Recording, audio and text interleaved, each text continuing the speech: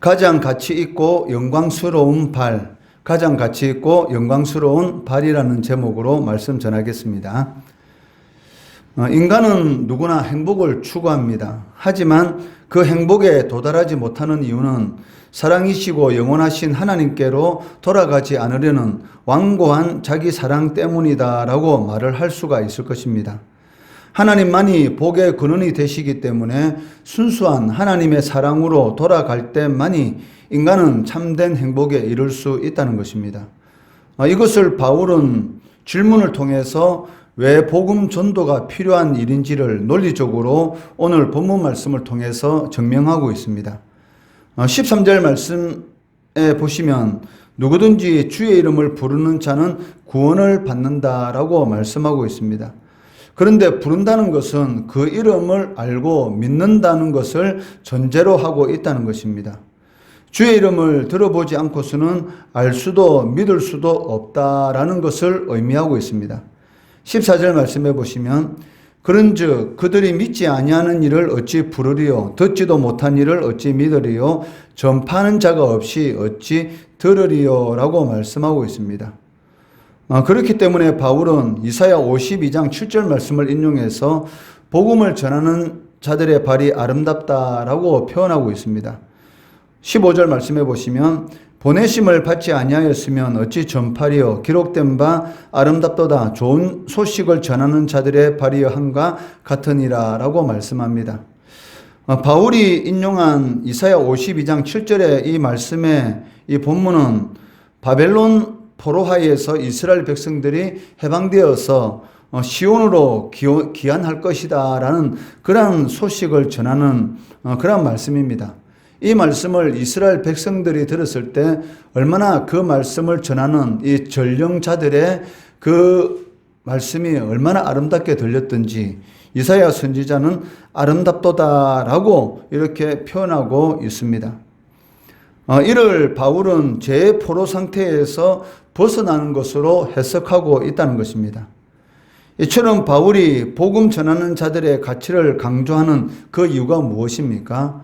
바로 이 전도의 이 미련한 것을 통해서 영적 이방인들이 이 복음을 듣고 하나님의 자녀로서 거듭나는 그러한 역사가 일어나기 때문입니다. 하나님께서는 무에서 유를 창조하시고 천지 만물을 말씀으로 창조하신 분이십니다.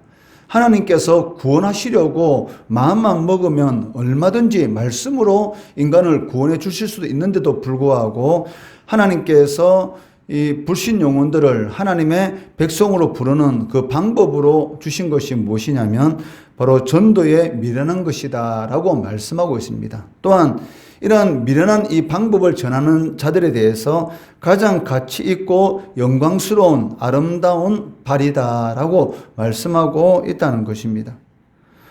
그렇지만 이 복음을 듣는다고 해서 모든 사람들이 다 믿음을 가지는 것은 아니라는 것입니다. 이스라엘은 다른 어떤 민족보다도 이 복음을 먼저 들었고 그리스도를 직접 만나는 그러한 특권을 누린 민족입니다.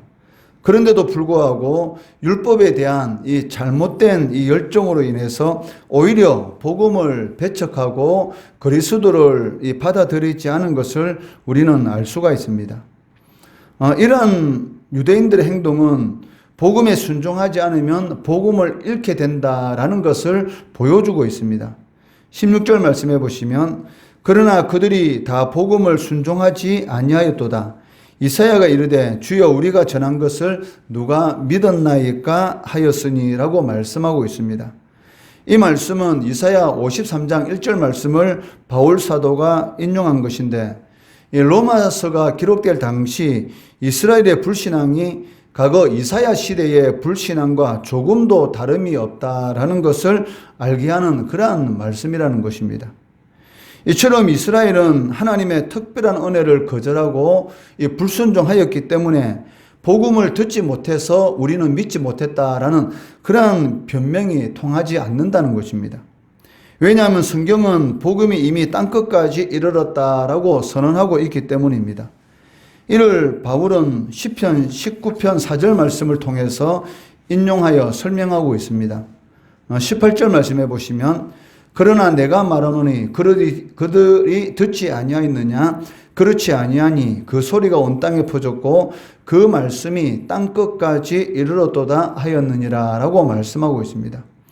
오늘날에도 세계 어디서나 이 복음이 전파되는 곳에는 하나님께서 미리 아시고 미리 정하신 자들이 그리스도를 발견하여 구원에 참여하는 그러한 역사가 일어나고 있다는 것입니다. 특이한 것은 그들이 하나님을 구하지 않던 그러한 자들이란 것입니다.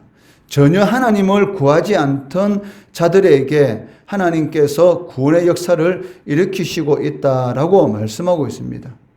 20절 말씀해 보시면 이사야는 매우 담대하여 내가 나를 찾지 아니한 자들에게 찾은 바 되고 내게 묻지 아니하는 자들에게 나타났노라라고 말을 하고 있습니다. 전혀 예수를 믿을 생각이 없던 그러한 영혼들에게 하나님께서는 말씀을 통해서 이 전도에 미련한 것을 통해서 예수 믿는 그러한 역사를 일어나게 한다는 것이죠. 많은 사람들이 간증하는 그런 공통적인 내용이 무엇입니까? 전혀 예수 믿을 생각도 하지 않았는데도 불구하고 어느 순간에 내가 교회에 앉아 있더란 것이죠. 그리고 어느 순간에 눈에 보이진 하나님을 살아있는 것처럼 믿을 수가 있게 되었고 값어지다는 천국과 지옥이 있다는 것이 자연스럽게 믿어지게 되고 그 은혜에 감사해서 하나님의 나라를 위해서 하나님의 교회를 위해서 열심히 이 충성 봉사하는 것을 볼 수가 있다는 것입니다. 개척교회를 하다 보면 하나 느끼는 것이 있는데 하나님께서는 이 땅, 이 나라에도 많은 이런 교회들이 있습니다. 그런데도 불구하고 지금 이 순간에도 하나님께서는 개척교회를 세우는 그 이유가 무엇인가? 그 교회를 통해서 하나님께서 구원하시려고 하는 그런 영혼들이 있다는 것이죠. 얼마든지 좋은 시설이 있고 얼마든지 많은 것이 갖추어진 그러한 교회도 있는데도 불구하고 그러한 교회에 안 가고 이 사람도 별로 없고 이런 개척교회에 나오는 그런 역사가 일어나는 것을 보면 하나님께서 이 개척교회를 통해서 구원하시려고 하는 그런 영혼들이 있구나라는 것을 이렇게 체험하고 경험하는 것을 볼 수가 있습니다. 저희 교회도 마찬가지입니다. 지금 이제 중3 올라가는 그 애가 이 김해 쪽으로 이사 가서 제가 그 집 가까운 이 큰 교회로 소개해 준데도 불구하고 그 교회를 가지 않고 이렇게 먼 곳까지 이렇게 와서 지금도 이렇게 교회를 나오고 있고 또 저희 교회에서 작년에 이렇게 세례를 받았지 않습니까? 그러니까 집 바로 옆에 좋은 시설을 갖춘 그런 큰 교회를 소개해 줬는데도 불구하고 그 교회보다는 우리 교회가 더 좋다는 것이죠. 사람도 없고 그렇게 시설이 좋지 않은 그런 교회인데도 불구하고 우리 이 교회가 더 좋다라고 하면서 그렇게 멀리서 이렇게 나오고 있고 심지어는 이제는 토요일도 나와서 토요 놀토 숙걸에 와서 이렇게 성경 공부를 하고 있다는 것입니다. 이런 것을 볼 때에 하나님께서 왜 이 땅에 많은 교회가 있는데도 불구하고 이 순간에도 이렇게 개척교회를 세우는 이유가 무엇인가? 그러니까 그 교회를 통해서 구원하려고 하는 그런 영혼들이 있기 때문이다라는 것을 이렇게 체험하고 그렇기 때문에 이 개척교회를 하나님께서 세워나가는 것이 아닌가라는 그런 생각을 해보게 됩니다. 전혀 예수를 믿을 생각을 하지 않았는데도 불구하고 하나님께서는 이 전도에 이런 미루는 것을 통해서 미리 아시고 미리 정하신 자들에게 그리스도를 발견하는 그러한 구원의 역사를 일으키고 있다는 것입니다. 이것을 20절 말씀에서 나를 찾지 아니한 자들에게 찾은 바 되었다라고 말씀하고 있습니다. 이방인들이 하나님을 찾을 수 있었던 것은 이방인들이 하나님을 구하거나 하나님을 찾은 그러한 결과가 아니고 하나님의 자기 계시에 의한 것이다라는 것을 바울은 선언하고 있습니다. 이는 인간의 모든 구원의 과정은 하나님의 절대 주권에 의해서 일어난다라는 것을 알 수가 있다는 것이죠. 다만 우리들은 하나님의 도구로 사용되는 것입니다. 그런데 놀라운 것은 하나님께서 이 전도에 미련한 것으로 전도할 수 있는 그런 은혜를 우리들에게 주셨는데 그를 통해서 우리들에게 하나님께서 복을 주신다는 것이죠. 가장 가치 있고 영광스러운 이 전도에 미련한 것을 행하는 자들에게 하나님께서는 많은 복을 주시고 또 그를 통해서 하나님 나라를 세워가도록 하나님께서 이렇게 도구로 사용하신다는 것입니다. 믿음은 들음에서 나기 때문에 예수 그리스도의 대속에 관한 말씀을 듣는 것 너무나 중요합니다. 그렇지만 그에 합당한 반응을 보이는 것은 더욱 중요하다라고 할 수가 있습니다. 지금도 많은 사람들이 복음을 듣고서도 냉랭한 그런 반응을 보이고 있고 복음을 전하는 자들과 그리고 하나님을 모욕하기도 합니다. 그러나 이러한 반응에도 불구하고 하나님은 이 구원의 손길을 쉬지 않고 끊임없이 내밀고 계시다는 것입니다. 21절 말씀해 보시면 이스라엘에 대하여 이르되 순종하지 아니하고 거슬러 말하는 백성에게 내가 종일 내 손을 벌렸노라 라고 말씀하고 있습니다. 여기 손을 벌렸다라는 것은 계속적으로 불순종하는 이스라엘에게 구원의 진리를 보이시고 설명하셨다라는 그런 의미를 가지고 있습니다. 이스라엘이 어떻게 생각하고 있든지 간에 하나님께서는 예수 그리스도를 믿어야만 구원에 이룰 수 있기 때문에 끊임없이 예수를 믿도록 초청하고 계시다는 것이죠. 그 초청장을 우리 성도들을 통해서 하나님께서는 끊임없이 전하고 있다는 것입니다. 비록 그 초청장을 받는 사람도 있고 받지 않는 사람들도 있습니다. 또 받는 사람들도 그냥 의무적으로 아무 의미 없이 또 그 전도하는 사람이 불쌍하게 보여서 받는 그러한 사람들도 있을 것입니다. 그렇지만 그것이 지금 순간에는 아무 의미 없는 그러한 것처럼 보일 수도 있지만 하나님께서 정하신 때가 되면 그 초청장이 반드시 영혼을 구원하는 그러한 역사가 일어나게 된다는 것이죠.